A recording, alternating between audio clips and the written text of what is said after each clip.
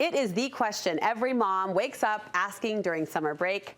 What are we going to do today? The kids ask it too, but moms also, especially if you've hit that midsummer lull. We've got a couple of free and fun summer activities for kids that can help fill the time. So first up, select bowling alleys across the U.S. They're offering 2 free games per child every day, all summer long. So the only cost is the shoe rental. We've got a list of participating Utah locations. You can take a look and see if your neighborhood alley makes the list, but that's a fun thing to do. Next, you can download the Book It app and get your kids reading. That's always the goal. And speaking of goals, mom and dad can set the reading goal, and any child pre-K through 6th grade that meets their parent set reading goal by the end of summer earns a free pizza from Pizza Hut. That's a childhood throwback. That's nostalgic for sure. But get the pizza, go bowling, free summer fun. We're here for it.